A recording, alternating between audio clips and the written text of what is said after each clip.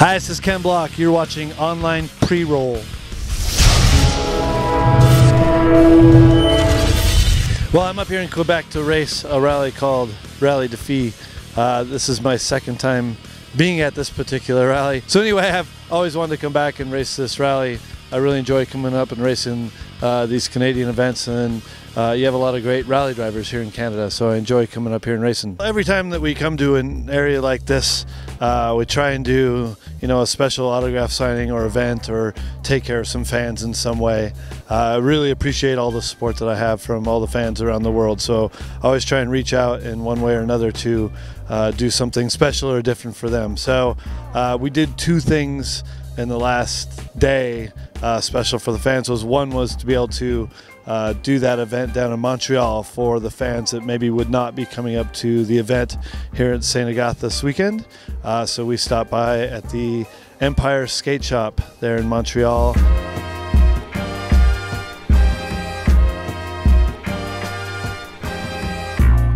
And DC and Monster and Empire set up a very good autograph signing for me. Had a little car show in the front of their shop.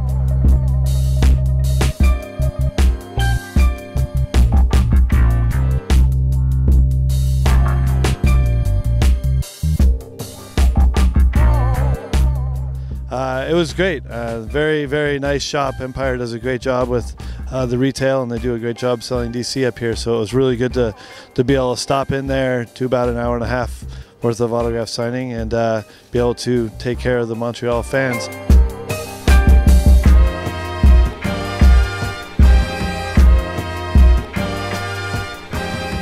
On top of that, we did a little Twitter contest with our Twitter account for someone to come up today during my test and take a ride.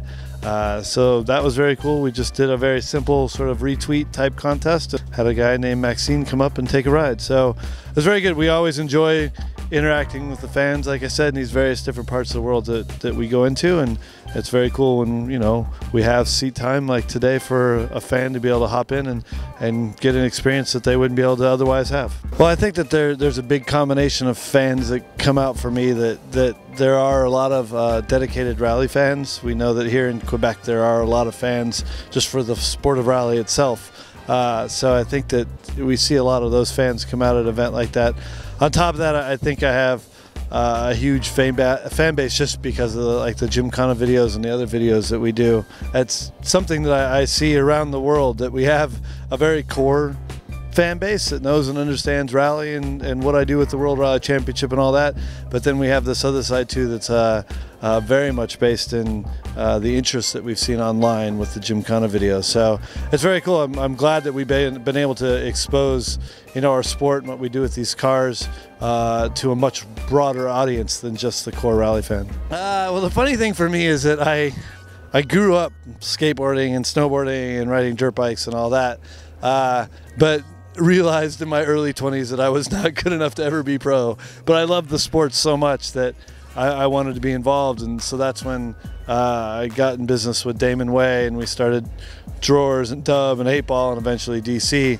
So it was always that dream of being a pro, but never actually being able to do it, and then going into the business field. But now I've actually gone backwards and gone back to actually becoming a pro again, which is quite odd. It usually doesn't happen that way, but it's just something that I absolutely loved rally since I was a little kid, so this is all really a dream come true to come out and be able to race these types of cars. So it's kind of a unique experience that I've been in the business world and had a very successful career there, and now I've been able to take all that experience and become an athlete, but actually do the business side of the athlete the best that I possibly can, because I understand both sides.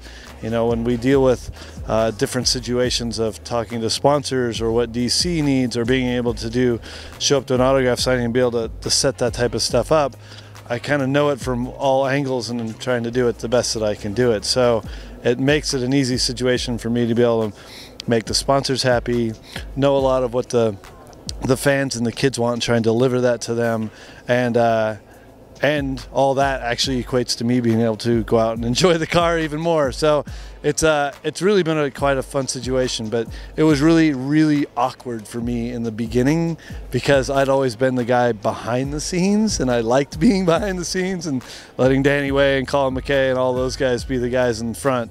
So it took me a while to actually get used to doing this type of stuff. But now I really enjoy it, and I really enjoy interacting with the fans and doing what I love to do. So it's been an amazing experience. I'm one of the luckiest guys in the world that I've kind of done both.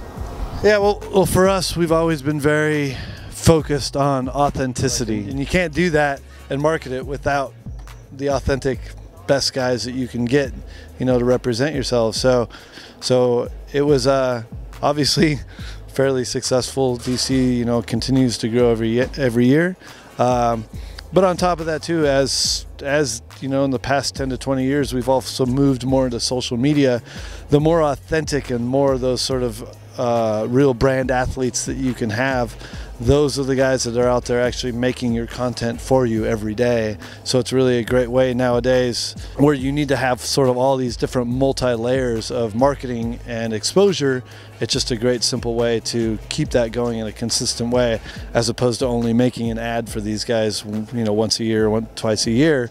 You have a constant foray into all these media with their exposure.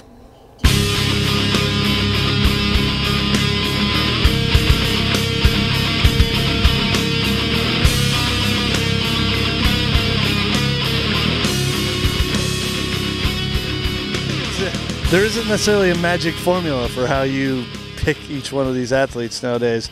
You know, especially with social media and some of these guys having to do it themselves with Instagram, Twitter, Facebook, and all that.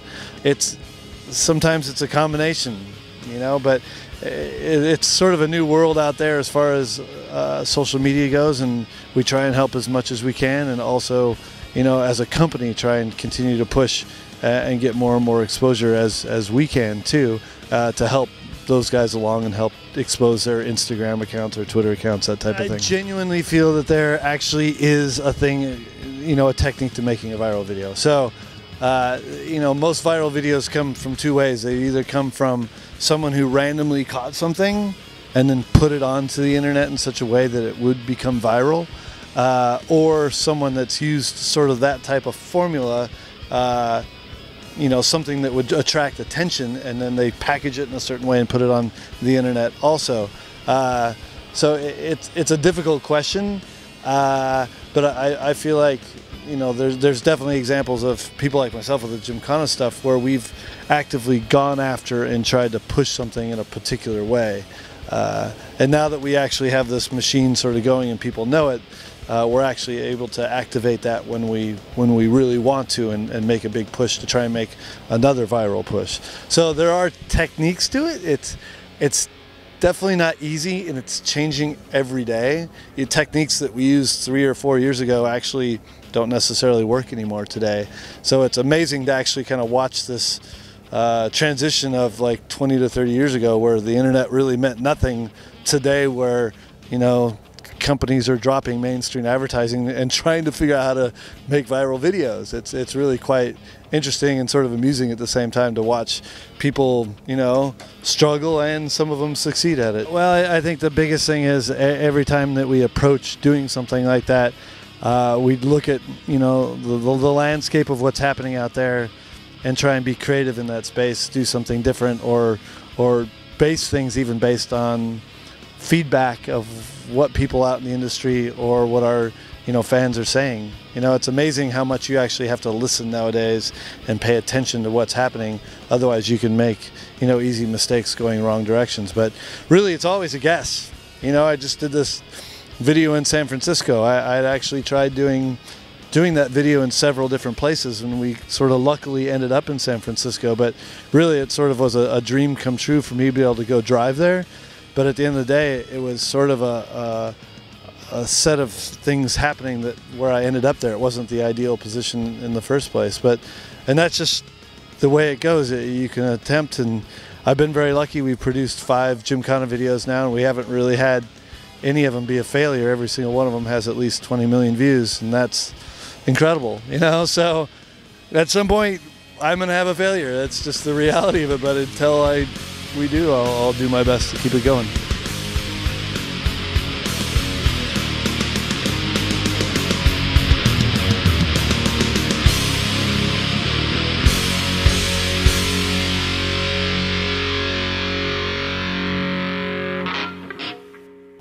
I have a marketing background. Like, I've won awards for things I've done marketing wise, so I really enjoy the marketing side of things. Like, the creativity is very difficult but very fun at the same time, and be able to mix that sort of creativity with what I like to do with a car it's actually an amazing experience. There's a lot of pressure nowadays. Now that I've done 4 or 5 videos, like, every time, shit, I gotta make the next one better. It's not an easy thing to try and do, but I really love it. There's just stuff inside my head that I've wanted to do with a car, with various situations, and to be able to go out and have a city like San Francisco let me do whatever I want. Basically, it's like a dream, you know, and it's almost such a crazy dream that sometimes it's hard to rein in and really figure out specifically what I want to do and how it needs to go together in the video and tell a story.